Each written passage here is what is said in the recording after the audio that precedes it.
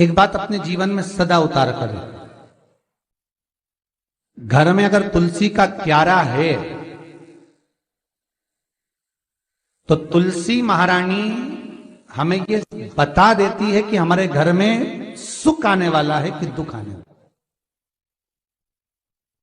जैसे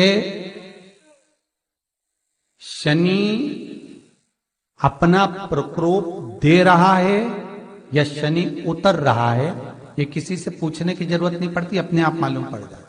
कैसे? शनि कथा अगर आपने सुनी हो तो उसमें व्याख्यान आता है शनि कथा में, पांव की चप्पल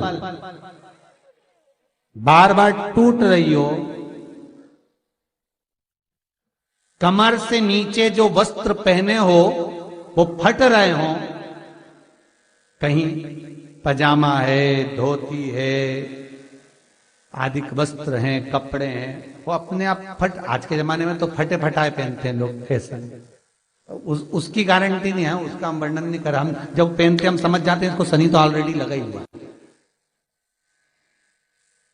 जब उनका घुटना घुटनी सब फटा हुआ दिखता है तो उसमें लग जाता है कि शनि पहले से लग गया बापड़ा, उनके पहने से तो मालूम पड़े। शनि का नियम है, शनि कथा कहती है पांव की चप्पल बार बार टूट रही हो, घिस गई हो, बद्दी टूट रही हो, कुछ कर रही हो, और अगर कमर से नीचे जो वस्त्र पहने हो वो अपने आप फट रहे हो, समझ लेना कि शनि पांव से प्रवेश कर रहा, मतलब अपनी प्रखरता शनि दिखा रहा। किसी मंदिर में गए महाराज और वहां जाने पर चप्पल चली गई तो समझ लेना शनि की कुदृष्टि अब पड़ना बंद होना चालू हो गया। कितना सुंदर कहा है महाराज। जूता चप्पल आज के जमाने में तो फैशन हो गई साहब, घर की चप्पल अलग होती है, बाहर की चप्पल अलग होती है। लोग घर में चप्पल किचन तक में पहन के जाते हैं। अरे पानी ले जाओ सीओर से, रसोई घर में लोग चप्पल पहन कर जाते हैं, जहां भगवान का प्रसाद बन रहा है, जहां अन्नपूर्णा निवास कर रही है, और पूछो तो कह किचन की चप्पल है तो माथे पे रख लो। तुम अपनी मां को जरूर देखना है एक बार, वो बूढ़ी मां कितनी बार किचन में चप्पल पहन कर गई, मुझे जरूर फोन कर कर बताना। बूढ़ी मां रसोई घर में आज भी बिना चप्पल के जाती है, और बहुओं की कहीं एड़ी नहीं फट जाए, ठंड नहीं बैठ जाए, इसलिए ये रसोई घर तक में चप्पल पहन कर जाती है। सूर्य नारायण की कथा पढ़ना, शनि महाराज की कथा पढ़ना, और गरुड़ पुराण की कथा पढ़ना, जिन जिन कथाओं का हम व्याख्यान कर रहे हैं उसको पढ़ना जरूर हो। क्या लिखा है? घर के अंदर जब चप्पल जाती है, रोग, बीमारी, कष्ट, तकलीफ चालू हो जाती है। तुमने चप्पल क्यों पहनी? ठंड नहीं बैठ जाए, रोग नहीं बैठ जाए। घर के अंदर उतना बढ़ गया, एक कालीन बिछा दो, एक दरी बिछा दो, मोटा आसन बिछा दो, जिस पर तुम चल लो। जरूरी है कि कई कई लोगों को तो हमने ये भी देखा कि कालीन पर भी चप्पल पहन के चलते, और ब्राह्मणों को भोजन परोस रहा है, गुरुजन को भोजन परोस रहा है, ठाकुर जी की थाली बना रहा है, ठाकुर जी का थाल लगा रहा है, तो भी चप्पल है पांव में। तेरा क्या होगा रे कालिया, क्या होगा? विचार तो करो।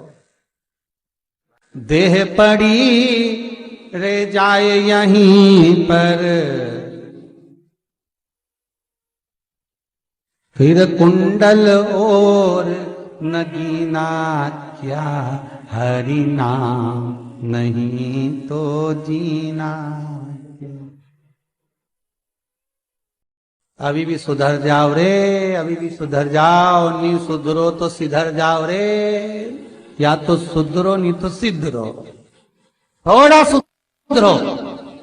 रसोई घर में अन्नपूर्णा रहती है, रसोई घर में शिव महापुराण की कथा कहती है जब भगवान शंकर को मां जगत जननी भोजन करा रही थी, शंकर जी ने वर मांगा था अन्नपूर्णा से। ए अन्नपूर्णे, तुम मेरे घर के बच्चों का भरण पोषण कर रही है। इस मृत्यु लोक में जितने मनुष्य जन्म लेते हैं ये मेरे पुत्र कहलाते हैं। तो अन्नपूर्णा ने कहा, चिंता मत करना भोलेनाथ, जिस जगह पर एक स्त्री, बेटी, कन्या या घर की बहू या बूढ़ी मां भोजन बनाएगी, उस जगह पर मैं अन्नपूर्णा उसके शरीर में प्रवेश करूंगी। और वो रसोई घर नहीं होगा, वो मेरा और तुम्हारा मंदिर कहलाएगा। अब मंदिर में चप्पल पहनकर भोजन का निर्माण करना ये श्रेष्ठता है। एक आसन पटक लो आप रसोई घर के अंदर, जिस आसन पे खड़े होकर आप भोजन बना लो। मोटा सा आसन रख लो, चप्पल की जरूरत ही नहीं। श्रीमद् भागवत कथा कर रही है, तुलसी का मात्र तो शनि अपनी दृष्टि बता देता है। शास्त्र कहता है जब घर के अंदर प्रवेश करने के, जब आप घर में प्रवेश करें तो एक कोने में चप्पल को उतार दें। बाहर जगह नहीं है तो घर के अंदर प्रवेश कर लेफ्ट में चप्पल को उतार दें, और 7 या 3 कदम के अंदर चप्पल उतर जाना चाहिए घर के अंदर भी। और उसके बाद अगर चप्पल अंदर प्रवेश कर रही है तो राहु केतु शनि के साथ प्रवेश करते हैं, जिसके घर में बीमारी कभी पीछा नहीं छोड़ती। शनि कथा, सूर्य की कथा का स्मरण करिए, आपको मालूम है, पहचान हो जाता है। महाराज तुलसी बता देती है कि आपके घर की दशा क्या है। बार बार जल डालने के बाद भी तुलसी सूख रही है, बार बार आप पूजन कर रहे हैं, पाठ कर रहे हैं, तो भी तुलसी के दल सूख रहे हैं। तुलसी बता देगी कि तुम्हारे घर में तकलीफ आने वाली है, कष्ट आने वाला है, सूख रही है। किसी ने जरूर कुछ ना कुछ ऐसा है कि इसमें घर में कुछ तकलीफ आएगी। तुमने लगाया फिर सूखी, फिर लगाया फिर। तुलसा महारानी बता देती है कि कष्ट है।